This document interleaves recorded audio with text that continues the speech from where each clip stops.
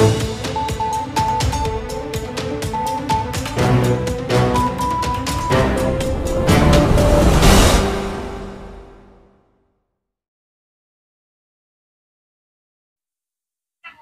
भीम. आपण बघत असाल की आज आम्ही नवी मुंबईच्या घणसोलीमध्ये आहोत आणि या ठिकाणी नुकतंच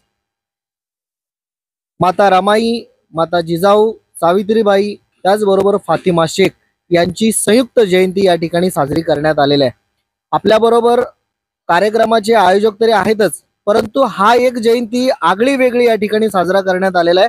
कारण या जयंतीमध्ये कोणतेही नाच गाणं नसताना या ठिकाणी एक विचाराचा घेवाणदेवाण या महामातांचे जे विचार आहेत त्या ठिकाणी सांगण्यात आलेले आहेत. आपल्या बरोबर आयोजक आहेत स्वतः. काय सांगणार आहात? एक आगळी वेगळी तुम्ही जयंती साजरी केलेल्या आहेत, काय सांगणार आहात? नाव सांगा. मी राजेंद्र झेंडे, घणसोली शहर शाखा भारतीय बौद्ध महासभा यांचा सचिव आहे. या ठिकाणी जयंती उत्सव साजरा करण्याचा एकच उद्देश होता. या घणसोली विभागामधील सर्व मंडळ सर्व एकत्र यावेत आणि एकत्र विचारांची या ठिकाणी एक देवाणघेवाण व्हावी यासाठी हा कार्यक्रम आयोजित केला जातो. त्याचप्रमाणे या ठिकाणी असणाऱ्या आमच्या विहाराच्या समस्या आहेत याच्यातून सोडवण्याचा प्रयत्न केला जातो. यासाठी हा कार्यक्रम आयोजित केलेला आहे. आज तुम्ही एवढ्या प्रचंड जनसमुदाय म्हणजे बौद्ध उपासक आणि उपासिका या ठिकाणी उपस्थित होते, परंतु उघड्यावरती म्हणजे असं कळालं आम्हाला येता क्षणी की इकडे विहार होता मोठी आणि तो उद्ध्वस्त करण्यात आला प्रशासनातर्फे. काय सांगणार आहे त्या संदर्भात? या संदर्भात आम्हाला असं सांगायचं आहे की या ठिकाणी घणसोली विभागामधली की लोकांची, आमच्या बौद्धिस्ट लोकांची फार नितांत गरज आहे विहाराची. पण घणसोलीमध्ये एकही विहार नाही. पण आजची परिस्थिती अशी आहे की आम्हाला उघड्यावर असं कार्यक्रम घेतले जातात. वारंवार विनंती आम्ही करतो, आम्हाला जागे द्या, आम्हाला मोफत नको. आम्ही त्यांचं जे काही असेल त्याची किंमत काय असेल ते आम्ही द्यायला तयार आहोत ना. पण सिडको वगैरे आहेत ना, ते आम्हाला फक्त चालढकल करण्याचा प्रयत्न करत आहे. म्हणून असे आम्हाला उघड्यावर कार्यक्रम घेण्याची आज गरज लागते.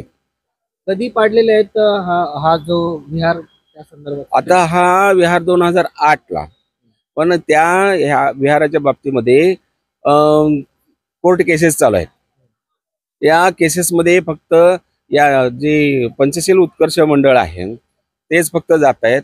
बाकीचे पुढची जी समोरची आमचे जे सिडकोचे आहेत लोक ज्यांच्यातर्फे इथे केस चालू आहे, पण त्यांचे कोणी अधिकारी येत नाही. कोर्ट वारंवार त्यांना विनंती करतात पण येत नाही. आता जवळ 8 ते 9 वर्ष झाली केस चालू आहे, पण सिडकोचा एकही माणूस आतापर्यंत तिकडे फिरकलेला नाही. आम्हाला अपेक्षा आहे की कोर्टाने सुद्धा एकतर्फी निकाल द्यावा. मग जे काय ते आम्हाला आमचं एक छोटस विहार तरी जागा उपलब्ध करून द्यावी ही आमची मागणी आहे. आज महाराष्ट्रामध्येच नव्हे तर देशामध्ये असं सांगितलं जातं की जात जे आहे ते मिटलेलं आहे.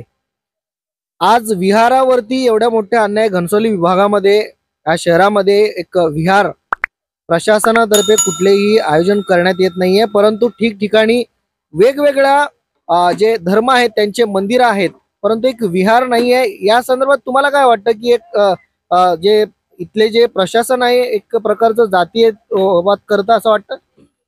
नाही, प्रत्यक्ष पहा इथे सर्वांना दिसून येत आहे की आजूबाजूचे सर्वच इतर म्हणजे बुद्धिस्ट जे स्थळ आहेत ते सोडून बाकीच्या जे धर्माचे जे लोक आहेत ना किंवा त्यांची स्थळ आहेत ही सर्व सुरक्षित ठिकाणी.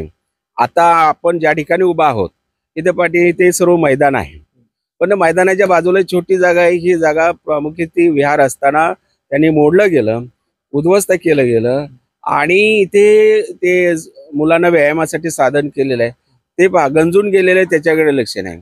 बाजूला इकडे जे मंदिर आहेत त्यांना हात लावले नाही. पण घणसोलीतील सर्व विहार निष्कासित केलेले आहेत. हे का असं होतंय? आमचाच या प्रशासनाला एवढा द्वेष का वाटतो काय आम्हालाही लक्षात येत नाही.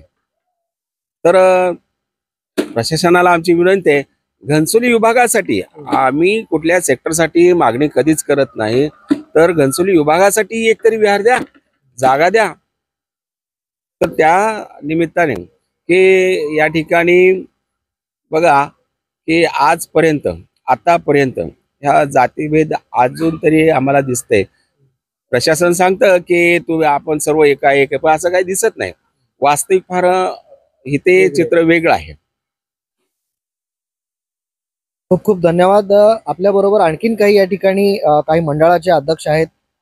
काय सांगणार आहात? आज एकंदरीत सर्व महामातांची या ठिकाणी जयंती साजरी करण्यात आली, काय सांगणार आहात? आज या ठिकाणी सुरुवातीला मी सांगतो, माझं नाव विजय जाधव. मी ह्या पंचशील मंडळाचा अध्यक्ष म्हणजे सुरुवातीला होतो. ज्या वेळेला हे विहार पाडलं गेलं त्यावेळेला मी अध्यक्ष होतो. वास्तविक पाहता हे जे आपलं विहार होतं हे आमचं मंडळ जे 2004ला रजिस्टर झालं होतं आणि आमचं सगळे कागदपत्र असताना देखील हे आमचं विहार म्हणजे पाडण्यात आलं. वास्तविक आम्हाला वाटलं होतं की आमचं विहार म्हणजे पाडण्यात येणार नाही, परंतु शासनाने कागदपत्रांची पडताळणी न करता हे आमचं विहार पाडलं गेलं आणि आमच्या 2017 पासून आमच्या आता कोर्टामध्ये केस चालू आहे. त्याच्यामध्ये मी अध्यक्ष म्हणून आणि आमचे सेक्रेटरी आनंद भोसले हे आम्ही आरोपी म्हणून आहेत. तिथं आम्ही केस लढतोय 2017 पासून. आज तागायत आम्हाला कुठला न्याय मिळाला नाही. तर आम्हाला असं वाटतं की आमचं एवढं विहार आम्ही बांधलेलं होतं आणि त्यासाठी आमचे सगळे कागदपत्र व्यवस्थित आहेत. की बाकीची जी विहारं तोडली गेली त्यांच्यापेक्षा सुद्धा आमच्याकडे कागदपत्र आहेत. त्या कागदपत्रांचा विचार अजून कोर्टाने केलेला नाही. आज तागायत काल केस झाले आमची. तर त्या केसमध्ये सुद्धा असं झालेलं आहे की आता आमच्यावर म्हणजे आम्ही केस आता म्हणजे आमच्यावर खटला चालू होत आहे आणि त्या खटल्यामध्ये कदाचित निर्णय आमच्या बाजून लागू शकतो असं आम्हाला म्हणजे आमचं मत आहे. कारण आमच्याकडे सगळे पेपर आहेत. जे सिडकोने हे केलं होतं की 2007-8च्या नंतरच्या अगोदरची जी 9च्या अगोदरची बांधकामं आहेत ती म्हणजे बांधकामं तोडण्यात येऊ नयेत आणि त्यांना जागा देण्यात याव्यात. जर त्यांच्याकडे कागदपत्र असतील तर त्यांना जागा देण्यात याव्यात.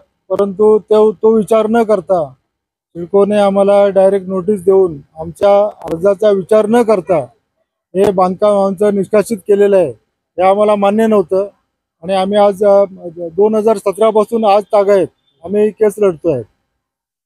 आपल्या बरोबर काही युवक सुद्धा आहेत, त्यांच्याशी आपण बोलूयात. काय सांगणार आहात? संपूर्ण आज परिस्थिती बघता तुम्हाला या ठिकाणी विहार नाहीये, प्रशासन विहार जमीनदोस्ती केलेले आहेत, काय सांगणार आहात? खरं तर नवी मुंबईमध्ये प्रशासनाने घनसोली विभागात अत्यंत क्रूरपणे रात्रीला येऊन विहार तोडलेली आहेत. शासनाचं काम आहे, पारदर्शकता असणं ही गरजेचं असतं. दिवसाढवळ्या शासनाने ही कामं करावी, परंतु लोकांना अंधारात ठेवून रात्री विहार निकषित केलेले आहेत. ही वस्तुस्थिती आहे. ही आजचं जे पंचशील बुद्ध विहार आहे हे अशाच प्रकारे रात्री तोडण्यात आलेलं आहे.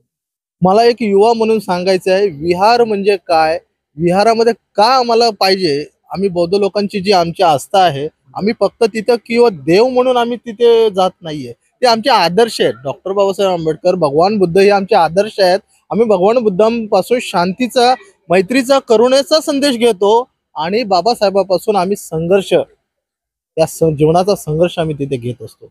आम्ही युवा इथे शिकतो. ज्या लोकांना शिकायची मुभा नव्हती, आज आम्ही शिकतोय केवळ आणि केवळ बाबासाहेबांच्या विचारामुळे आणि त्यांच्या उपकारामुळे. आज या विहारामध्ये अनेक लहान मुलं येतात, माझ्यासारखी युवा मुलं येतात आणि हे विहारामध्ये मुलं येऊन अभ्यास करत असतात.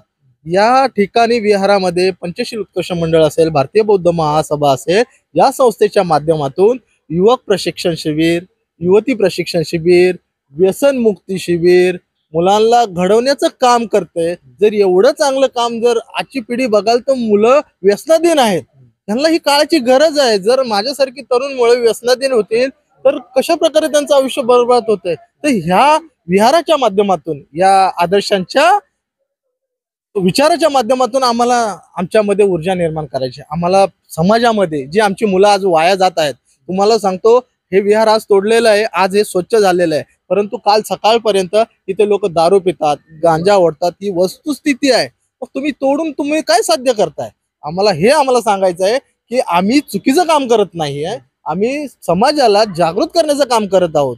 आम्ही इथं कुठल्याही प्रकारचा व्यवसाय नाही किंवा इथे आम्हाला पैसे कमवण्याचे माध्यम नाहीये. आम्ही मंदिर म्हणजे काय आम्हाला काही पैसा मिळावा असं काहीच नाहीये. परंतु येणारी पिढी, आज आम्ही इथं जयंती का करतोय, संयुक्त जयंती जी आहे, तर आपले राजमाता जिजाऊ आहे, माता रमाई आहे, सावित्रीबाई ज्योती फुले आहे, पुन्हा फातिमा शेख आहेत. यांनी जो संघर्ष केलेला आहे, ज्या महिलांना स्थान नव्हतं, आज आम्ही आमच्या संस्थेमुळे आम्ही महिलांना बोलायला देतो, त्यांना आम्ही शिकवतो, त्यांना वाचवतो. ते आज समाजापुढे निर्भीडपणे प्रत्येक गोष्टीमध्ये, त्यांचा संसार असो, त्यांचं जीवन असो, नाहीतर जगासमोरील येणारे प्रत्येक संकट असो, ते आज त्या विचारामुळे संघर्ष करतात, तो समोर फेस करत आहेत. मग आज ही गरज आहे, त्याच्यामुळे आम्हाला विहार पाहिजेत. म्हणून शासनाला विनंती करतो की आम्हाला विहार उपलब्ध करून द्यावे, जेणेकरून आमची आत्ताची पिढी, येणारी पिढी, महिला सबलीकरण असे अनेक विषय असतात जे आमच्या विहाराच्या माध्यमातून आम्ही संपन्न करत असतो. याचा आम्हाला खूप प्रकारे तुम्ही सहकार्य करावा ही अजून वारंवार तुम्हाला विनंती करतो आणि मी इथेच थांबतो. धन्यवाद. खूप खूप धन्यवाद. आपण बघू शकता की बोलत असताना असं मध्ये मध्ये बोलू नका प्लीज. बाईट घेत असताना असं मध्ये हात करणं बरोबर नाही वाटत ना. खूप खूप धन्यवाद. आपण बघू शकता एकंदरीत या ठिकाणी हा जो बुद्धविहार होता, बुद्धविहार जमिनीदोस्त करण्यात आलेला आहे. आणि खरोखरच ह्या युवकांनी जे काही प्रतिक्रिया त्यांनी त्यांच्या माध्यमातून दिलेल्या आहेत, एकंदरीत फुले शाहू आंबेडकरी विचारधारा आणि त्याचबरोबर आज महामातांची जे या ठिकाणी जयंती साजरी करण्यात आली, या माध्यमातून त्यांची विचार, त्यांनी केलेले जे कामं आहेत ते पुन्हा एकदा नव्याने उजाळा देण्यासाठी या ठिकाणी जयंती साजरा करतात.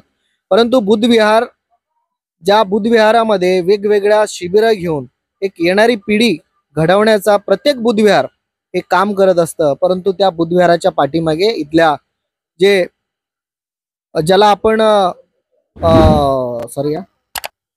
आपण मनुवादी म्हणतो, त्या विचारसरणीच्या लोकांनी त्या ठिकाणी तशा पद्धतीनं काम करतं. आणि बाबासाहेब आंबेडकरांचं आणि गौतम बुद्धांचं संपूर्ण त्या ठिकाणी जमिनीदोस्त करण्याचा सातत्याने त्यांचा प्रयत्न आहे, या माध्यमातून एकंदरीत दिसतोय. बाजूला एवढी मोठी ग्राउंड असून देखील इकडचा जो विहार होता, छोट्याशा जागेमध्ये विहार बांधलेला, तो जमिनीदोस्त केलाय. आणि या ठिकाणी जे आहे जिमचं, व्यायामचं जो प्रकार आहे तिने या ठिकाणी लावलेले आहेत आणि ते सुद्धा काम करत नाहीये. अशा पद्धतीनं सिडको आणि नवी मुंबई महानगरपालिका एकंदरीत या ठिकाणी अशा काम केलेले आहेत. तर मित्रांनो, हा व्हिडिओ जास्तीत जास्त शेअर करा आणि तुम्हाला काय वाटतं कॉमेंटच्या बॉक्समध्ये तुमची प्रतिक्रिया नोंदवायला अजिबात विसरू नका. आणि हा व्हिडिओ महाराष्ट्राच्याच नव्हे देशाच्या कानाकोपऱ्यात पोहोचला पाहिजे, कारण या ठिकाणी अस्तित्वाचा प्रश्न आहे. तर इथेच थांबतो. तुम्हाला काय वाटतं नक्की प्रतिक्रिया द्या. धन्यवाद. जय भीम. नमो बुद्धाय.